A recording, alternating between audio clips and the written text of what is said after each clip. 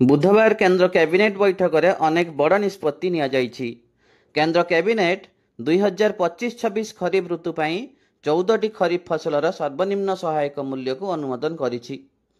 एही 14टी खरीफ फसल रे धान व्यतीत जुआर, बाजरा, राशि, मका, हरड़, मुग, उराद, कपा, चीनाबादाम, सूर्यमुखी, सोयाबीन और तिल अंतर्भुक्त। 2025-26 खरीफ ऋतु पर हरड़र सर्वनिम्न सहायक मूल्य 450 टंका वृद्धि करी क्विंटाल पिछा 8000 टंका रखाଯାଇଛି।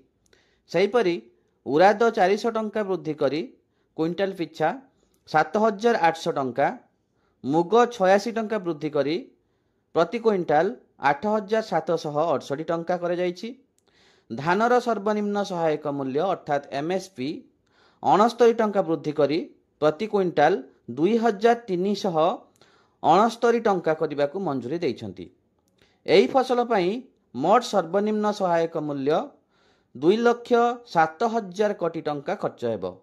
प्रधानमंत्री नरेंद्र मोदी यह सुनिश्चित करिछंती जे चाषी माने सेमानंक खर्चर अति कम रे 50% मार्जिन पाइबे।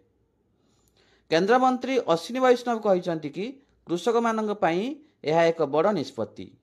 गत 10-11 वर्ष मध्य खरीफ फसल पई एमएसपी रो यह एक बड़ वृद्धि से कहिछंती।